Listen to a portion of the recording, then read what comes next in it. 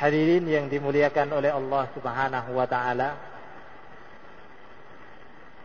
pada kesempatan pertemuan kali ini saya akan sedikit membacakan sedikit penjelasan yang diberikan oleh Al-Imam Ibnul Qayyim rahimahullahu taala terkait dengan surat Al-Asr, surat yang pendek yang insyaallah hampir siap kita menghafalnya, yaitu firman Allah Subhanahu wa taala, wal 'asr innal insana lafi khusr illa allazina amanu wa 'amilus shalihat wa tawasaw bil haqqi wa tawasaw bis sabr. Ayat-ayat di dalam surat Al-Asr, Allah Subhanahu wa taala berfirman, demi masa sesungguhnya manusia dalam keadaan merugi, melainkan orang-orang yang beriman, mengerjakan amal saleh, saling mewasiatkan dengan kebenaran dan saling mewasiatkan dengan kesabaran. Di dalam tafsir Bada'i at-Tafsir, yaitu kumpulan tafsir-tafsir Ibnul Qayyim Al-Jauziyah rahimahullahu taala, beliau menjelaskan, qala Asy-Syafi'i radhiyallahu anhu, law fakkara an-nasu kulluhum bi hadhihi surah lakafathum. Kata Ibnul Qayyim rahimahullahu taala menukil ucapan Asy-Syafi'i radhiyallahu anhu, imam yang masyhur, termasuk salah satu imam madhab yang 4. Kata Syafi'i radhiyallahu anhu, kalau seandainya seluruh manusia itu merenungkan, memikirkan isi yang terkandung di dalam surat Al-Asr, sungguh telah mencukupi mereka. Wa bayanu dzalika annal maratiba arba'u. Sebagai penjelasannya bahwasanya urutan-urutan agar seorang manusia itu mendapatkan keberuntungan dan terlepas dari golongan orang-orang yang merugi, ada 4 urutan. Bistikmaliha yahsul lisakhs ghayata kamalihi. Dengan seseorang itu menyempurnakan urutan-urutan tersebut, maka dia akan mencapai puncak kesempurnaannya, akan benar-benar menjadi golongan orang-orang yang beruntung. Dikarenakan di dalam surat tersebut Allah Subhanahu wa taala telah bersumpah dengan Al-Asr, yaitu masa. Disebutkan oleh As-Sa'di rahimallahu taala, al-layali wan nahar. Allah Subhanahu wa taala bersumpah dengan siang dan malam, di mana siang dan malam itu adalah tempat hamba-hamba Allah ini mengerjakan amalan-amalan. Jadi seluruh manusia itu akan merugi, siapapun. Apakah seorang yang memiliki kedudukan yang tinggi,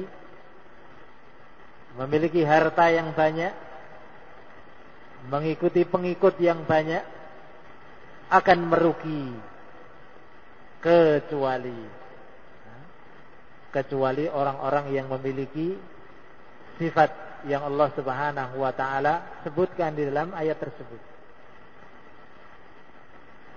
Yang mana ketika seseorang memiliki sifat-sifat itu semuanya dan melewati tahapan-tahapannya, sebagaimana kata Ibnu Qayyim, kata Asy-Syafi'i rahimallahu taala, dengan seseorang itu menyempurnakan 4 urutan yang Allah Subhanahu wa taala sebutkan dalam surat Al-Asr, maka seseorang itu akan mencapai puncak kesempurnaannya. Apa 4 urutan yang disebutkan di sini? Ihdaha ma'rifatul haq. Yang pertama, sebagai penjelasannya, urutan yang pertama adalah mengenal al-haq. Kemudian yang kedua, ats-tsaniyah amaluhu bihi, mengerjakan al-haq, mengamalkan al-haq. Ats-tsalitsah ta'limuhu man la yuhsinuhu. Yang ketiga adalah mengajarkan al-haq atau menyampaikan al-haq kepada orang yang tidak mengetahuinya. Kemudian ar-rabi'ah yang keempat, sabruhu ala ta'allumihi wal amal bihi wa ta'limihi. Kesabarannya di dalam mempelajari al-haq, mengamalkan al-haq, dan menyampaikan al-haq. Dan ini sesuai yang disebutkan oleh Allah Subhanahu wa taala di dalam ayat ini atau dalam ayat-ayat dalam surat Al-Asr ini. Yaitu ketika Allah Subhanahu wa taala mengecualikan dari hamba-hambanya termasuk orang-orang yang merugi, dikecualikan oleh Allah Subhanahu wa taala, illal ladzina amanu wa 'amilus shalihat wa tawasau bil haqqi wa tawasau bis sabr. Kecuali orang-orang yang beriman, beramal salih, saling mewasiatkan dengan kebenaran dan saling mewasiatkan dengan kesabaran. Keterkaitan dengan orang-orang yang beriman di situ disebutkan tadi, urutan yang pertama adalah ma'rifatul haq, mengenal al-haq. Dikarenakan ada keterkaitan yang sangat erat antara al-haq dan yang dimaksud di sini adalah al-ilmu. Mengenal ilmu agama Allah Subhanahu wa taala, al-haq. Keterkaitan yang sangat erat antara iman dan ilmu.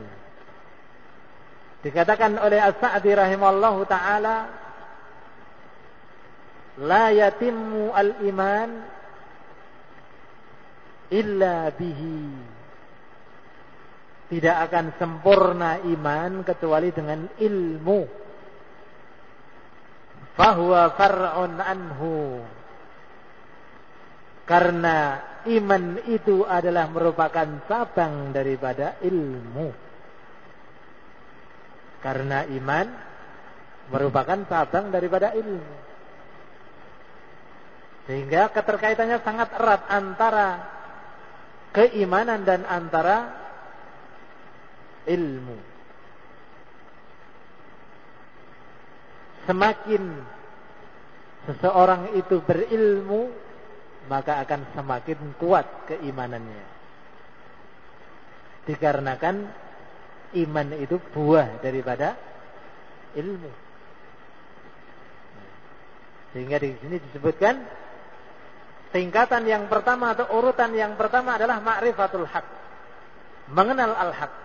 Maka dengan seseorang itu mempelajari al-haq, maka dia akan menjadi orang-orang yang kuat imannya. Yang mana orang-orang yang beriman adalah merupakan sifat yang pertama yang akan menyelamatkan seseorang dari kerugian. Kemudian yang berikutnya, wa 'amilus shalihat, Disebutkan dalam urutan yang kedua di sini adalah amaluhu bihi, mengamalkan al-haq, mengamalkan ilmu. Mengamalkan ilmu itulah yang disebut dengan mengerjakan amal salih. Sifat yang kedua. Maka ketika seseorang itu beriman, memiliki ilmu, kemudian seseorang itu mengerjakan ilmu, berarti dia mengerjakan apa? Amal salih. Amal salih harus dilandasi dengan ilmu. Tidaklah dikatakan amalan itu amal salih kecuali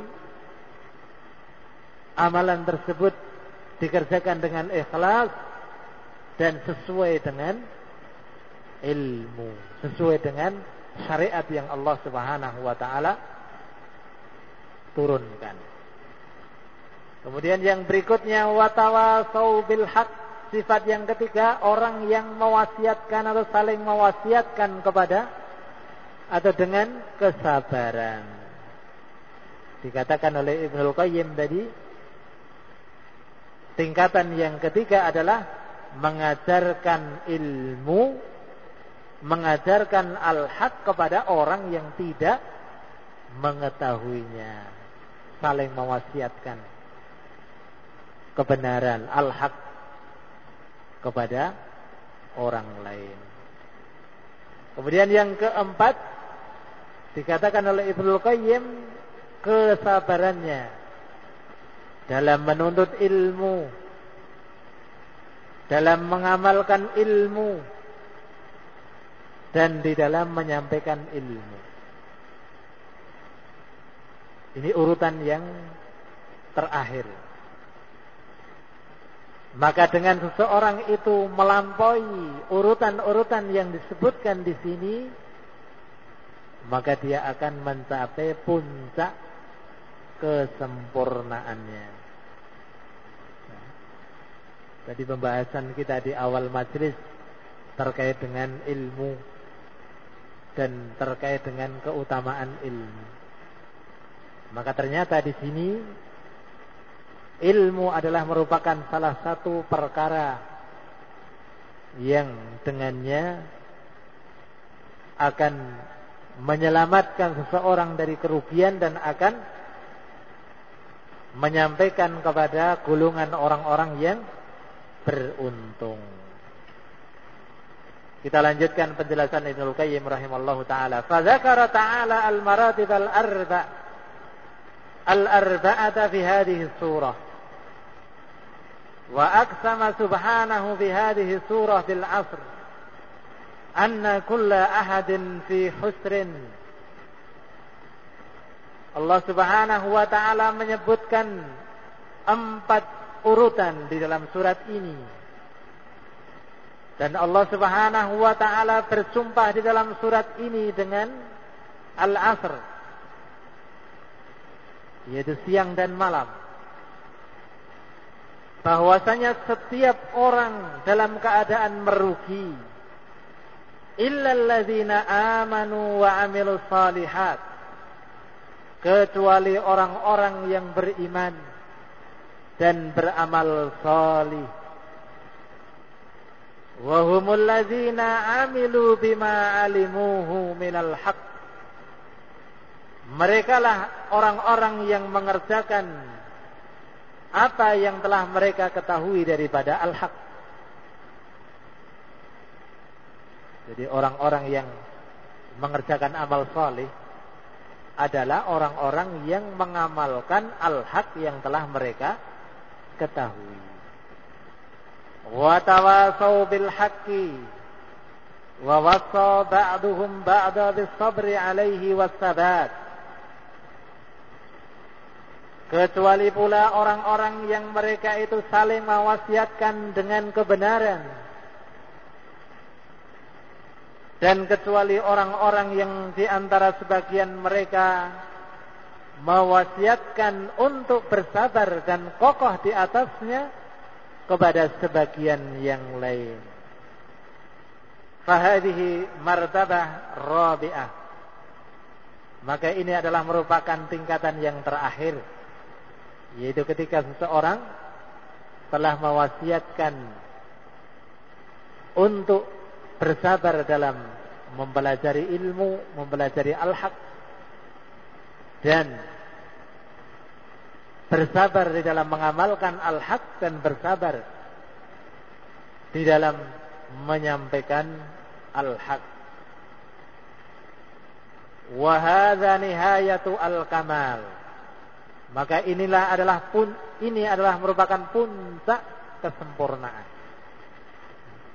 Ketika terkumpul di dalam diri seseorang 4 urutan-urutan tadi, mengenal al-haq, kemudian mengamalkannya, mendakwahkannya kepada orang yang tidak mengetahui al-haq, dan dia bersabar di atas al-haq, bersabar dalam mempelajari al-haq, dan bersabar dalam mengerjakan al-haq, dan bersabar dalam menyampaikan al-haq, maka dia telah mencapai puncak kesempurnaan.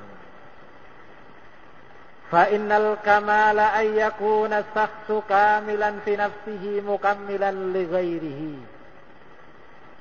Karena yang dimaksud dengan sempurna itu, seseorang itu dirinya sendiri telah sempurna, dan dia juga menyempurnakan orang lain.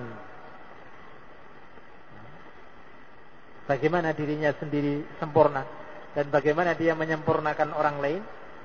Wa kamaluhu bi islahi quwwatayhi al-ilmiyah wal amaliyah. Kesempurnaan seseorang, atau dikatakan seseorang itu pada dirinya ada kesempurnaan ketika dia menyempurnakan atau memperbaiki 2 kekuatan yang ada pada dirinya, yaitu kekuatan ilmu dan kekuatan amal. Dikatakan seseorang itu sempurna pada dirinya ketika dia memperbaiki kekuatan ilmunya dengan mempelajari ilmu, dan mempelajari dan memperbaiki kekuatan amalnya. Bagaimana caranya? Fasalahu al-quwwati al-ilmiyah bil iman. Memperbaiki kekuatan ilmu dengan iman. Ini yang pertama. Wa salahul quwwa al-amaliyah fi amali shalihat. Memperbaiki kekuatan amalnya dengan mengerjakan amal-amal sholih. Inilah orang yang pada dirinya ada kesempurnaan. Dia memperbaiki kekuatan ilmunya dengan iman.